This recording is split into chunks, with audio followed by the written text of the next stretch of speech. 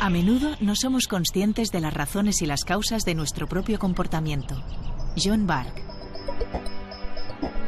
Cuanto más averiguamos sobre la mente, más poder e importancia le damos a nuestro inconsciente. Ya no es la recóndita parte de nuestro yo, sino el veterano y sabio creador de nuestra consciencia. Ya no es el oscuro amo de nuestros sueños, sino el amable y universal encargado de nuestro comportamiento y de nuestras decisiones. Eduardo Punset discute con el psicólogo John Bargh sobre el nuevo inconsciente y nos revela lo lejos que estamos de conocer las razones de nuestros actos.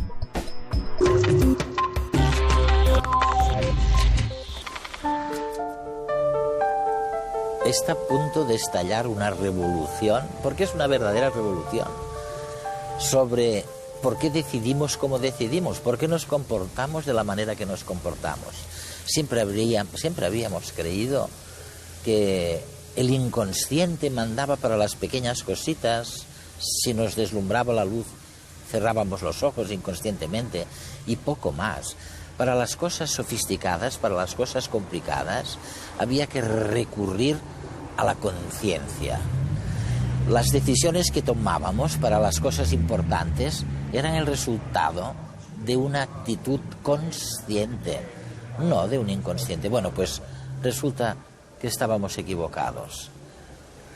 Da la casualidad de que cosas importantísimas, a niveles del conocimiento muy sofisticados, las tomamos de manera inconsciente, sin saber por qué las tomamos.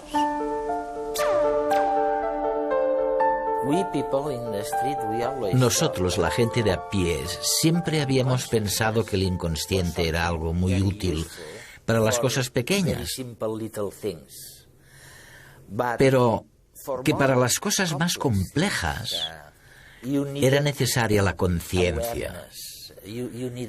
Ni se nos ocurrió que solamente con el inconsciente pudiéramos llevar a cabo procesos cognitivos complejos. Es realmente una revolución. Y no estoy seguro de que la gente de la calle sea realmente consciente de eso. No creo que lo hayan asumido todavía. Siempre ha imperado la noción de que la conciencia iba primero, de que todo arrancaba en la conciencia y de que las cosas se tenían que hacer con conciencia, deliberadamente. Pero con práctica, tal vez algunas de estas cosas se pueden hacer sin conciencia, como conducir un coche, o en el caso de los tenistas, moverse por la pista sin pensar. Esto es así para cualquier cosa que se haya hecho muchas veces y se domine. Pero, sin embargo, ahora empezamos a entender que en realidad el inconsciente fue lo que surgió primero en el tiempo evolutivo, hace muchos cientos o millones de años, y que la conciencia se desarrolló bastante más tarde en la historia de la evolución.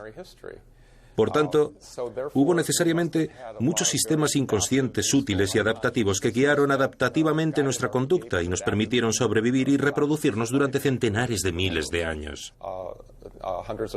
Inconscientemente. Inconscientemente, sin conciencia. La conciencia llegó luego, pero eso no quiere decir que los antiguos sistemas desaparecieran.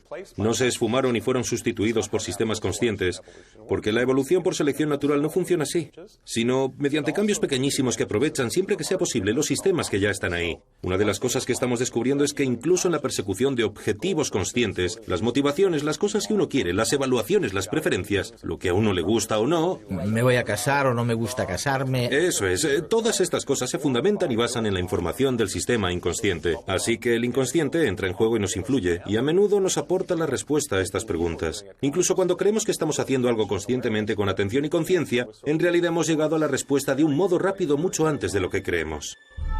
Si pensamos en la palabra inconsciente, lo más probable es que lo primero que nos venga a la mente sea Freud y su idea de que existe una parte del cerebro misteriosa y primitiva, ligada con los recuerdos de nuestra infancia. El inconsciente de Freud causa sueños y traumas y nos hace actuar en contra de nuestros intereses. Visto desde la perspectiva imperante en el siglo XIX, es algo negativo, escondido en las profundidades de nuestra mente, que nos atormenta y acosa. Nada más lejos de la realidad. En el siglo XXI podemos afirmar que Freud estaba totalmente equivocado. El inconsciente no está oculto ni nos acecha para amargarnos la existencia. Más bien todo lo contrario. De hecho, la vida sin él sería casi imposible. Lo encontramos en nuestros actos más cotidianos, desde los automatismos que nos permiten levantarnos por la mañana y vestirnos y caminar, hasta los sentimientos más profundos que nos impulsan a proteger a nuestros seres queridos. Es el conjunto de todos los pensamientos y sentimientos que se gestan en nuestra mente, momento a momento, a los que no podemos acceder. El inconsciente se encarga de ayudarnos a entender el mundo que nos rodea y a tomar las decisiones que mejor nos convengan. Es una especie de piloto automático en el que podemos confiar, un GPS emocional, una guía de conducta que seguimos sin darnos cuenta de ello. Y al final resulta que la idea que tenemos de nosotros mismos, esa entidad que habitamos cada día y que llamamos yo, nuestra consciencia, no es más que el producto más sofisticado del inconsciente, la última creación de una mente compleja que apenas podemos vislumbrar. Pero entonces, ¿para qué se utiliza la conciencia? Es decir, si pudimos apañárnoslas para avanzar en la evolución durante la mayoría del tiempo, sin conciencia, ¿para qué sirve la conciencia? Oye. Es una pregunta maravillosa. De hecho, la misma con la que empecé hace 30 años. ¿Para qué sirve la conciencia?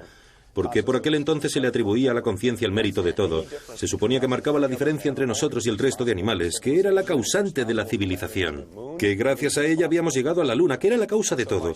Pero al demostrar que hay muchas cosas complejas que se pueden realizar inconscientemente, van quedando solamente algunas que son mucho más viables como explicación de lo que hace la conciencia. Ahora se le atribuyen solamente unas pocas cosas, pero son cosas fundamentales, importantísimas. ¿Y cuáles son esas cosas? He aquí lo que se le da mejor a la conciencia, viajar en el tiempo.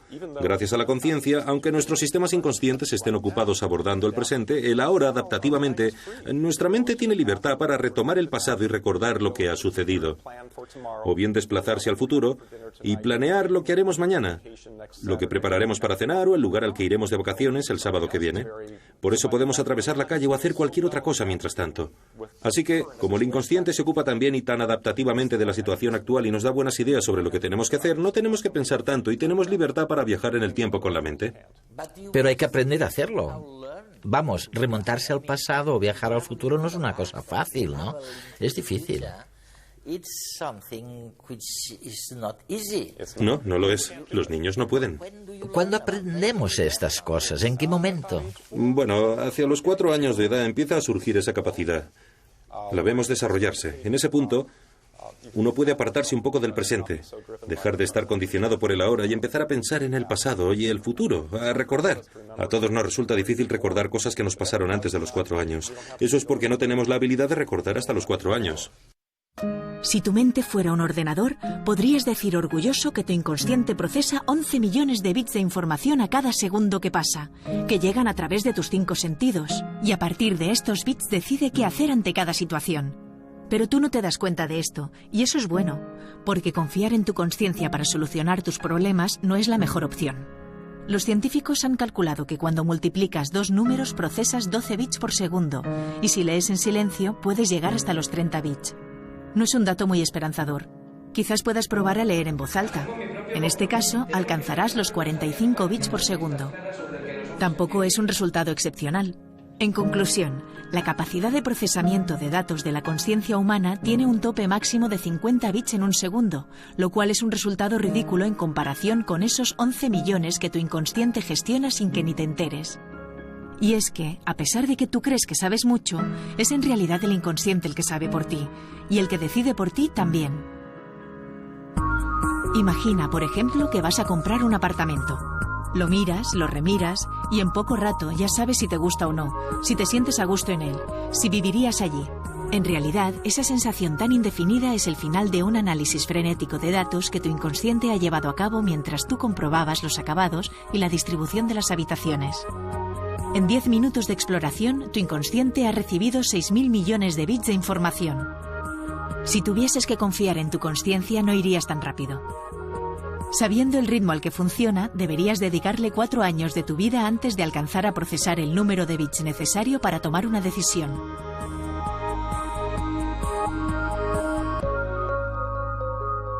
Quería preguntarte algo.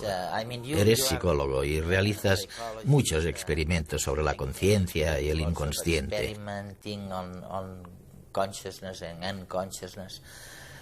¿Te encuentras a menudo con que la persona no sabe o no saben realmente los motivos por los que se comportan de la manera como se comportan? Es una pregunta muy interesante, Eduardo. Me parece que las personas creen saber lo que hacen, pero la mayoría de las veces se equivocan. A menudo se equivocan. Llegamos rápidamente a teorías sobre lo que hacemos. Eso me recuerda a los experimentos de hipnosis que hizo Michael Gazzaniga, el célebre neurocientífico, hace unos 20 años.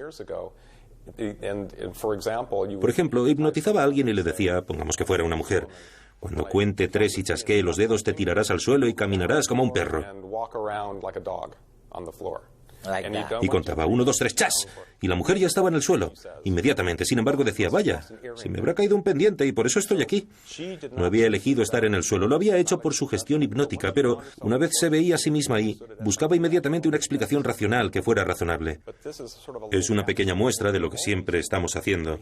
Captamos impulsos que proceden de otro lugar, que guían nuestros actos, pero cuando actuamos siempre tenemos una bonita historia para justificar por qué hacemos lo que hacemos. Y cuando le dices a alguien, tal vez hayas actuado así porque ha pasado tal y tal cosa en tu entorno.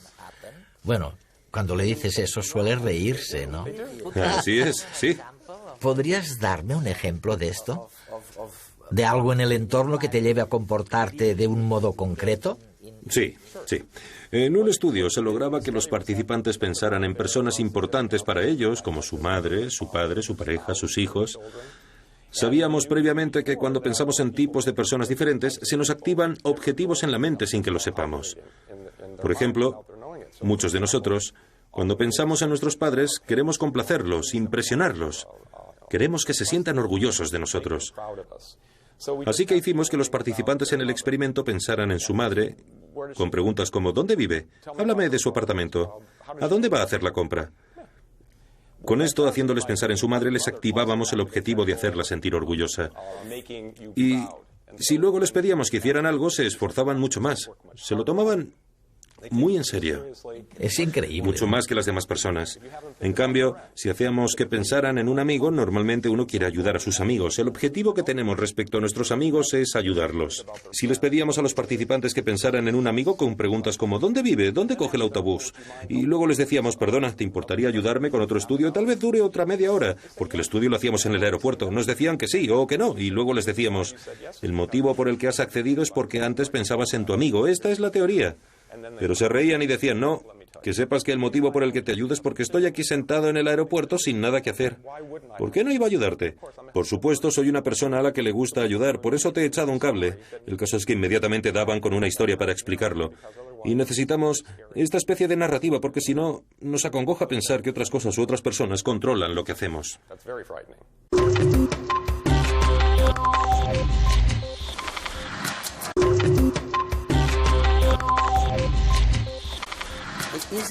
¿Es correcto pensar que el nuevo concepto de inconsciente tiene mucho más que ver con el afecto y el control de las cosas que el antiguo concepto de inconsciente?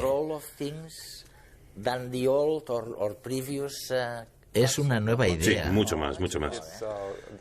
Antonio Damasio y otros científicos han destacado la importancia del afecto y de los sentimientos.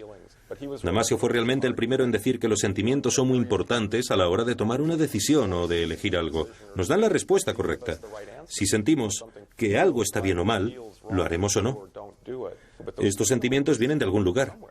Del inconsciente, de los sistemas que nos dicen si está bien hacer algo o no, como cuando tenemos corazonada sobre lo que estamos a punto de hacer. Esa intuición, esa reacción visceral es producto de los antiguos mecanismos inconscientes. Si hablas de una reacción visceral, probablemente lo que quieres decir es que hay una especie de separación entre el acto habitual de pensar conscientemente y los órganos biológicos que nos hacen pensar inconscientemente. Oye, ¿hay de verdad una separación anatómica entre los dos? No, no lo creo. Hasta ahora nadie la ha encontrado, aunque muchos han buscado la base neurológica de la conciencia para saber en qué células o qué neuronas estaba localizada. Pero lo que estamos descubriendo es que hay muchas similitudes entre lo que hacemos inconscientemente y lo que hacemos conscientemente. Es casi como si los procesos conscientes utilizaran los inconscientes, recurrieran al sistema antiguo, y por eso hubiera un parecido tan grande entre ambos. No se trata de la antigua noción freudiana del inconsciente, que hablaba de un sistema totalmente diferente, con sus propias reglas y mecanismos, que interfería con la conciencia. En realidad se trata del mismo cerebro, la misma mente, que normalmente funciona inconscientemente, pero a la que se puede acceder conscientemente para hacer otra cosa distinta a lo habitual. Sin embargo, la parte consciente accede y recurre al antiguo sistema para sus propios objetivos. O sea que estás intentando convencerme de que puedo tener impresiones implícitas que no sean conscientes y que afecten mi actuación consciente, sin embargo. Tú lo has dicho, así es. ¿Y qué hay de nuestro libre albedrío, entonces? La capacidad de obrar por reflexión y elección. La libertad de ser responsable de algo. Quedaría en entredicho esta idea, ¿no?, de la libertad. ¿Lo cuestionaría la libertad? Lo más importante de esta investigación son las implicaciones que tiene para el sistema legal, para la responsabilidad personal, para la moralidad. De hecho, se está generando mucho debate ahora mismo sobre todo este tema entre los expertos, por Internet, en los blogs.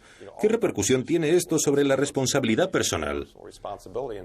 ¿Y hasta qué punto tiene en cuenta el sistema judicial que a veces se trata de cosas que las personas no pretenden hacer o no querrían hacer?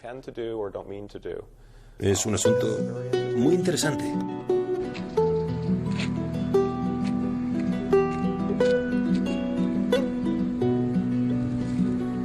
Crees que percibes el mundo tal y como es, de forma instantánea y sin esfuerzo. Pero lo cierto es que tus ojos no ven tan bien. En realidad, solo el centro de lo que miras frente a ti puede percibirse nítido y en color. Es tu cerebro inconsciente el que corrige estos defectos del sistema visual. El cerebro sabe que con un movimiento rápido del globo ocular puede llevar los objetos al centro del campo visual, focalizarlos y ver sus partes bien definidas. Como es él quien controla la acción, es capaz de predecir cómo cambiarán tus sensaciones visuales antes de cada movimiento y corregir los errores de la retina. Pero no acaba aquí el papel de tu inconsciente. La imagen del mundo está saltando en tu retina cada vez que cambias la dirección de tu mirada. Si pruebas a mover un ojo con un dedo, comprobarás que tu percepción de la realidad es bastante más inestable de lo que te parece cuando es tu cerebro el que dirige el movimiento. Y es que el cerebro se comporta como un editor de imágenes, dejando solo los planos buenos. Es lo mismo que cuando tomas una bebida con gas. Si no recuerdas que la botella contiene gaseosa, te sorprenderá su particular sensación en tu boca. Sin embargo, si sabes cuál es el contenido, tu cerebro preparará a tu boca para que no reaccione con sorpresa cuando reciba las burbujas de gas. De igual manera, predice y suprime algunas de tus sensaciones cotidianas poco relevantes, como cuando te tocas a ti mismo. Te está haciendo un favor, porque si fueses consciente de tu cuerpo todo el tiempo, te distraerías de otras cosas que requieren de tu atención. Esta es la razón, por ejemplo, de que no puedas hacerte cosquillas. Tu cerebro sabe cómo se moverán los dedos sobre tu piel y, por tanto, puede predecir la respuesta y suprimirla. En cambio, no puede predecir cómo se moverán los dedos de otra persona sobre ti, y por eso tu reacción es mucho más intensa cuando te tocan los otros. Tu cerebro inconsciente te prepara para que lo veas y lo sientas así. ¿Qué pasa con eso que nunca creímos que fuera cierto? La publicidad subliminal, la llaman subliminal. Decían que nos mostrarían por la tele algo que no íbamos a ver, pero cuyo mensaje nos instaría de un modo invisible a beber esto, o a hacer aquello, o a tomar un producto y no otro. creemos ahora sobre lo subliminal? ¿Hemos cambiado nuestra idea? Eso creo, pero cabe decir que no es necesario lo subliminal para lograr que algo influya en la gente sin saberlo. Te daré un ejemplo. Uno de los factores que contribuyen al problema de la obesidad, por lo menos en Estados Unidos, donde verdaderamente es un problema, son los anuncios de alimentos, especialmente para niños. Pero también para adultos. Hicimos un estudio el año pasado que publicamos en verano y que demostraba que... Bueno, ¿qué pasaba si le ponías a la gente un fragmento de una comedia con Jim Carrey, por ejemplo, durante 5 minutos? Y entre medio les ponías anuncios de McDonald's o de comida rápida como si fuera cualquier otro programa de televisión. O bien no ponías anuncios. Les pedimos a la gente que mirara la televisión y les dimos un bol lleno de galletas saladas o de algo para picar. Pues resulta que si había anuncios de comida, comían un 45% más. Eso es muchísimo. Imagina que estás en casa comiendo y mirando la tele. Estos anuncios te hacen comer un 50% más de lo que comerías normalmente, día tras día, día tras día. Y sin ser consciente de ello. Funciona con los niños igual que con los adultos. No tienen ni idea de lo que les hace comer más. Sin embargo, la hamburguesa del McDonald's está ahí. Y se ve perfectamente, no es subliminal. Ni lo son las patatas fritas o lo que sea del anuncio. Está ahí y te lleva a comer más. La gente no lo cree y por tanto no se protege ni defiende contra ello. Así que lo subliminal funciona. Pero tiene un efecto tan débil que ¿quién lo necesita? ¿Para qué? Pudiendo utilizar el efecto grande y fuerte de lo superliminal, que funciona todavía mejor. Y bueno, digamos entonces que ha cambiado el concepto que teníamos de lo subliminal, ¿no?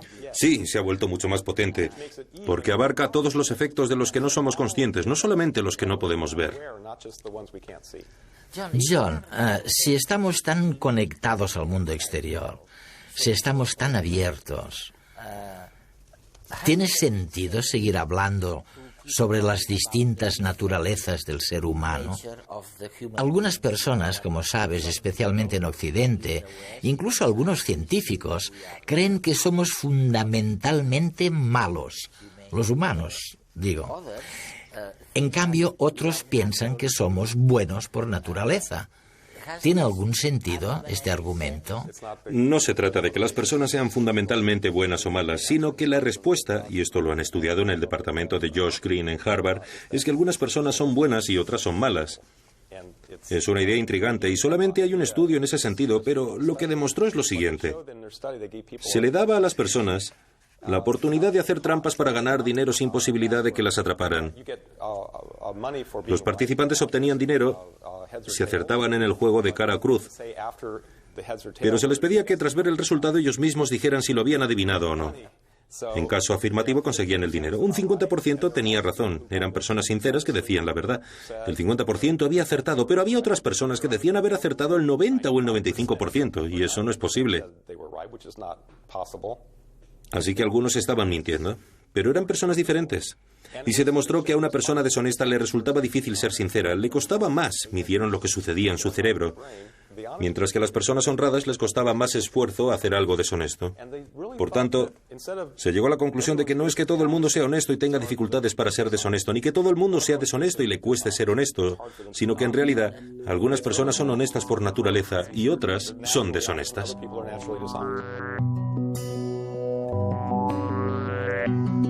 Los que después de ver este programa pensaran que habrían salido de dudas sobre cuestiones importantísimas que la humanidad ha discutido durante miles de años. ¿Somos fundamentalmente buenos o somos fundamentalmente malos? Bueno, seguirán con las dudas, porque los últimos experimentos no están dando la razón a nadie y dicen que depende. Unos son buenos y otros son malos. Pero de lo que no cabe ninguna duda es que nos quedamos con la impresión de que tenemos que echar a la papelera la vieja concepción del inconsciente. Parece que el inconsciente lo hace casi todo. Increíble, ¿no? Pero es así. Una de las funciones de la consciencia es seleccionar comportamientos que puedan automatizarse y volverse inconscientes. John Bargh.